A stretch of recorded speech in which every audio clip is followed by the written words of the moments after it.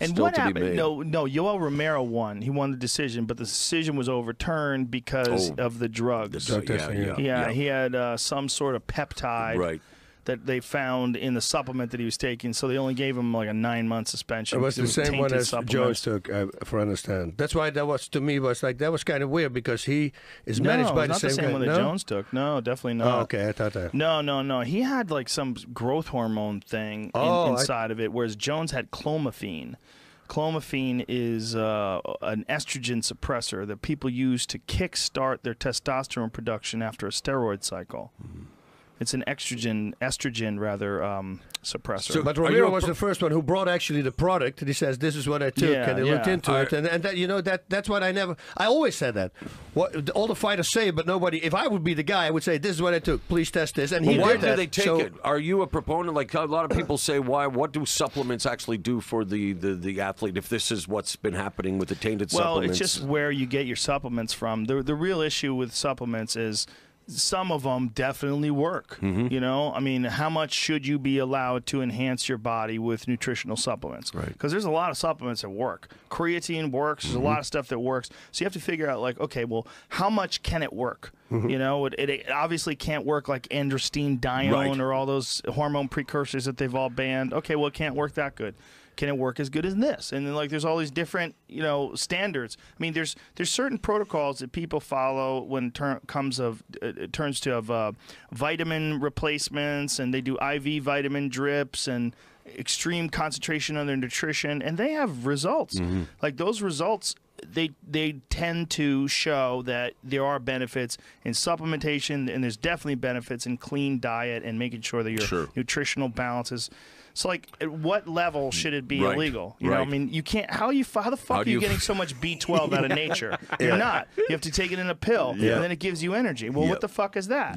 You know, and you could take some caffeine. Like Chael Sonnen used to take caffeine pills to make sure that he got the exact amount of caffeine, because he's like, you don't know, because you get a Starbucks, you might get a venti Starbucks, and they might have fucking packed it in tight and juiced the shit out of it. And every now and then you get a cup of coffee, and you're like, whoa, this is some strong coffee. So you might actually test over. So in order to make sure that Chael was in the lines, he would take pills. Caffeine is illegal. It's on the list. It's legal. Wow. Illegal. Yeah, that's what I would say. But if you get to a certain number, it's illegal. Okay. Like if you get past a certain amount of milligrams in your system, I don't know how they measure that. Well, that's the other thing too. Like the testosterone to epitestosterone. I've talked to medical professionals, and everyone's saying, men, you produce supposed to be around 1 to 1. That's all. Yeah, unless you're some weird freak, you might be like 1 to 2. So why even? Okay, so 4 to 1, or 6 to 1. How does that? That's always puzzled me as well. 14 to 1? Well, but that's what I mean. So why? And for injury recovery, Joe, and I know a lot of people, fighters, that's what they say. Well, geez, I had a mortgage. I have to fight. I got to support the family. Is there a way to monitor that, where even the banned steroid thing, where you can allow a person to at least make a living without making it an enhancement? Well, it's going to be an enhancement. That's the problem. That's right away. Not only is it going to be an enhancement, but if you take steroids while you're, like, say if you have a knee surgery and then you take steroids and then you're lifting weights the entire time, so you're going to keep some of those gains. You're going to keep a certain percentage of it. But on the flip side, your endocrine system's going to be fucked up, and it's going to take you a while to get back to normal testosterone production if you do wind up testing and you do go back on USADA after the injury. So there's an argument said that, like, you're taking a risk. You do recover quicker, but it might not be better for your overall hormone system. Right. I remember I was talking about it. We did it on the podcast. I don't have it memorized, but there was a test with testosterone, what they did in the Olympics, pre steroids and after steroids, and they start really testing everybody. It's called the biological passport. And they say that it actually did not help. That more people who didn't use had better results than the people who were using. And same thing as me. I had that face what you have now too. I'll look it up. You know what I say? Just look at whatever the Russians are doing. Whatever they're doing, that's the right way to do it. Because they got a fucking state-sponsored program. Holy the shit. United States is working hard to try to clean it up. I mean, they have baseball players have to go in front of Congress. They arrest people. People getting locked up. USADA, Jeff Nowitzki's crawling up everybody's ass. We're trying to find people that are using steroids and cheating. And Russia, they're like, what do we got to do? Like candy. What do we got to do? Let's fucking make it happen, boys. You need to be faster. I got this stuff that I got from a horse.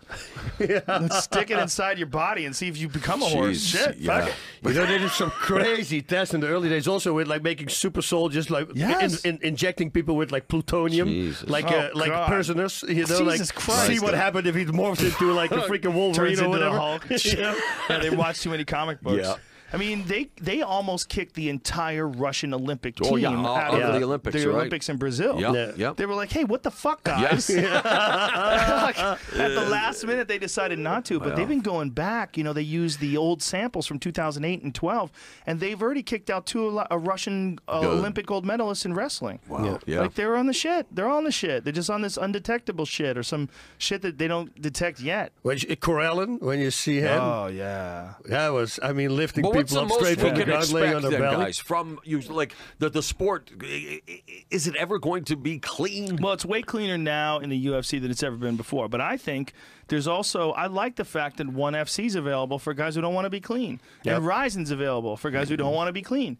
There's an argument either way. There's an argument for the Pride way, which was everybody knew that everybody was on it. Hey, they were tested Pride, right? Weren't there? Dude, I remember the guys in the white lab coats. Hey, boss, the white, I remember that. It's like, hey, boss, what's this? Why is this a vial just sitting here? I mean, buddy, I did this thing. Was like unbelievable. They called it the boss tour. I was going backstage with the camera, showing everybody, hey, man, what's up? Hey, this is, hey, look at that. It's ventilator training. And, and then I said, okay, we walk into the room from the doctors. So I opened the door, and I looked to the side, and I see all the P-tests there with all the little sticks on them. Right. And I close the door right away, and I look in the camera. I say, give me one moment. They're very busy. Let me walk in and ask for permission. So I walk in, and I grab one of those cups, and I see green tea. I fill it up, and I put the same cup next to it.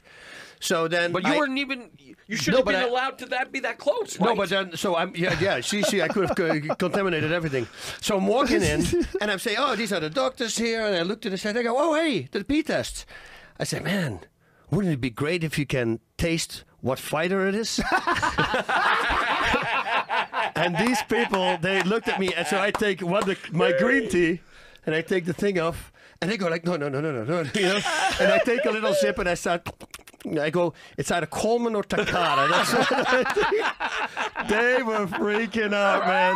It was hilarious. But there you go. There is a clear illustration. So obviously not serious. Yeah, not WADA or USADA. Yeah, I can't walk in. Yeah. Had a green tea Ensign, has been real open about it. Ensign talked about it, like they literally said in large print, we do not test you for steroids. And said it on the thing, Wow. I knew a guy from there, and he would say to me that in the morning he would take a huge syringe of testosterone because it made him really angry in the fight. Morning. Yeah, Jesus in the morning of the fight. Yeah. The morning of the fight, he just jacked up. Fuck. And what about these guys who were like bench pressing the day before? All these muscle guys who they got in.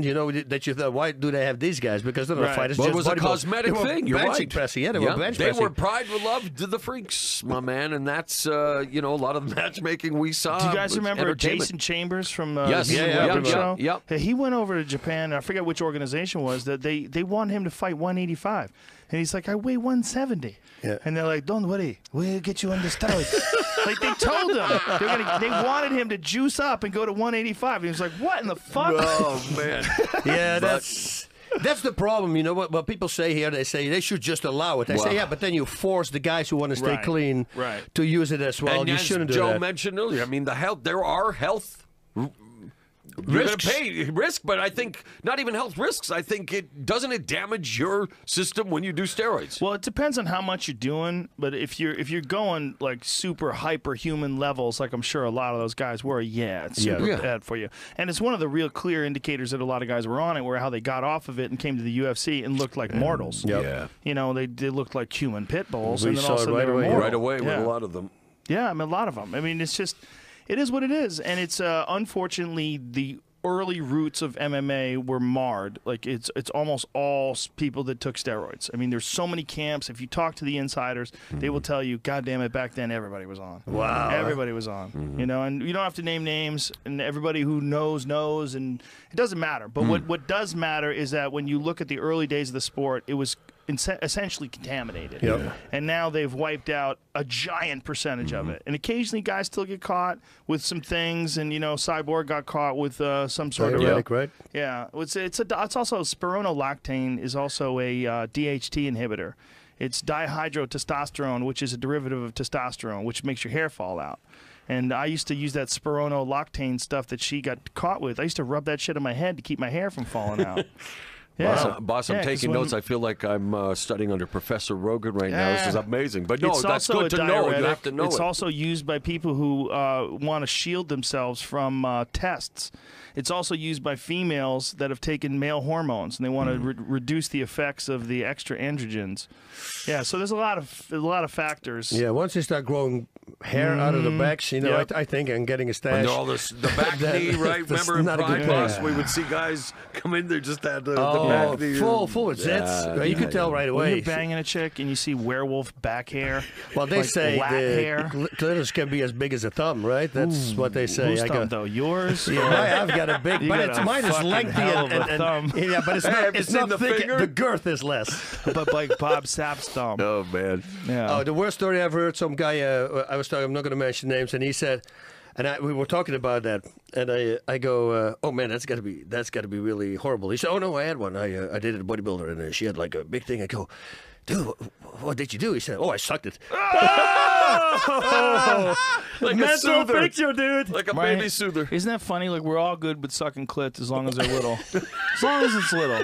But I don't care if it feels good for you.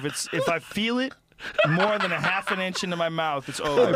I will run out of here like this place is on fire. Even though it's a woman's vagina, it's still a vagina. That's true. But if it comes with the accompanied voice, the dark voice, the Darth Vader voice. Oh yeah, I like it. That's right. Suck the clit. I love it when you do An this to me. animated Netflix special, the clitoris voiced by Joe Rogan. Get back here! I'm not done, you motherfucker. I'm going to get a baby, and you're going to be my father. Yeah, there's got to be guys man. that are just really into being dominated by super powerful women with big clits. There has to be. There has to be. I mean, you got all sorts of Every crazy kind people. of fetish. Takes every kind of people. Yeah, absolutely. Yeah, some guys are listening right now and go, oh yeah. Oh yeah, that's my style, bro. That's my thing.